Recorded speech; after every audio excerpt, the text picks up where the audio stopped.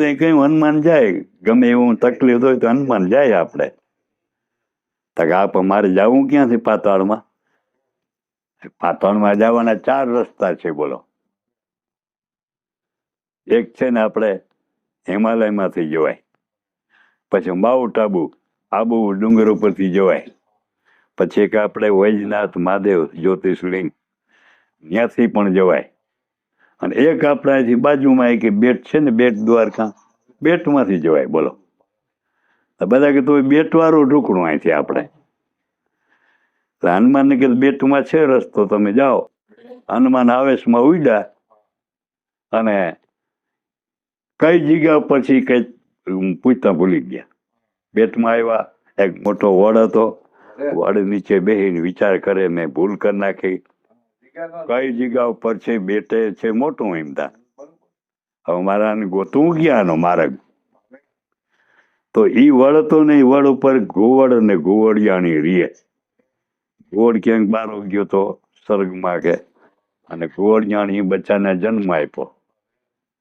ભૂખ લાગી, ઘુવડ આવ્યો એટલે કહ્યું, તમે ક્યાં ગયા હતા? ઘુવડિયાની કે મને ભૂખ લાગી, જટ ખાવાનું લઈ આવી દો, ને હું બચ્ચાને ખાઈ જાય. તાક લઈ આવી દઉં. તાક લઈ આવી દો એટલે અનાજ કે ને મારે માંસ ખાવું છે.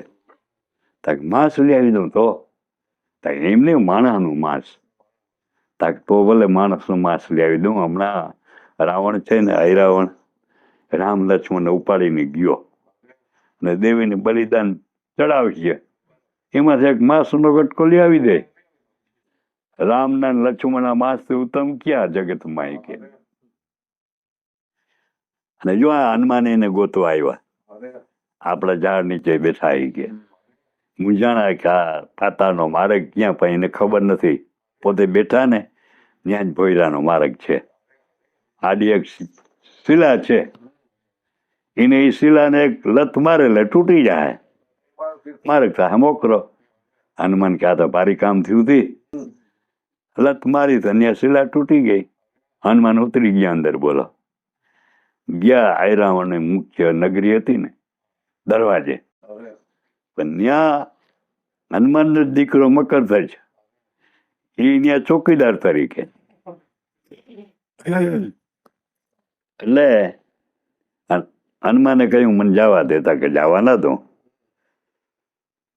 કેમ? તાકે હું આને નોકરી કરું છું, હું એનું અનાજ ખાઉં ને તમને જવા દઉં તો ઋણ હરામી કહેવાઉં. બાકી મને હરાવીને જાઓ પછી બાપ દીકરાની લડાઈ થાય, બે કોઈમાંથી ઓળખતા નથી. તો મકરધ્વજ હારી જાય છે, એના પૂંછડામાં બાંધી અને હનુમાનને હાલતા થાય. એટલે મકરધ્વજ બોલ્યો, દોસ્ત કે મારો પિતા હનુમાન નમરે ના કે તું મને પૂગ હું ઈ કે. હનુમાન પાછા મળ્યા. હું કહ્યું? તાકે મારા પિતા હનુમાન નમરે ને કે તું પૂગ નહીં મને. તાકે મૂર્ખા, હનુમાન હું પોતે જ છું. હું બાલ બ્રહ્મચારી, મેં સપનામાં લગ્ન નથી કર્યા, અને તું મારો દીકરો ક્યાંથી? તાકે હું છું તમારો જ દીકરો તો હનુમાન હોવ તો, પણ કઈ રીતે છો હું દીકરો તમારો એ મને ખબર નથી. એ મારી મા એ મગરી છે, એને કયો તો બોલાવું, ખુલાસો કરે બધો. તાક તો બોલાવ. એ મગરીને બોલાવી. હનુમાન કે તું મારી પત્ની ને આ મારો દીકરો કઈ રીતે? તાકે તમે લંકા બારવા આવ્યા ને, સીતાજીને ગોત કરવા આવ્યા, પછી તમે લંકા હલગાવી ને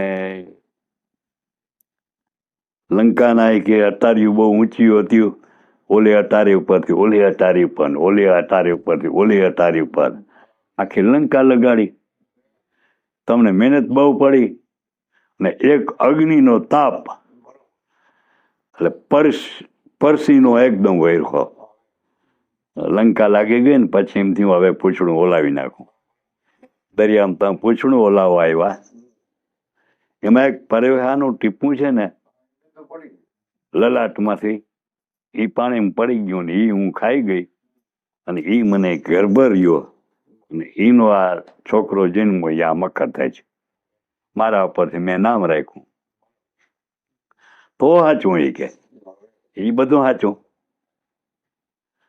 ભાઈ તમને એમ થયું કે મેં આખી લંકા બારીને કદાચ અશોક વાટિકા આવી ગયા હે તો ભગવાનનો ઓર્ડર નથી ને સીતાજી બરી ગયા હે તો મારે જવાબ શું દેવો?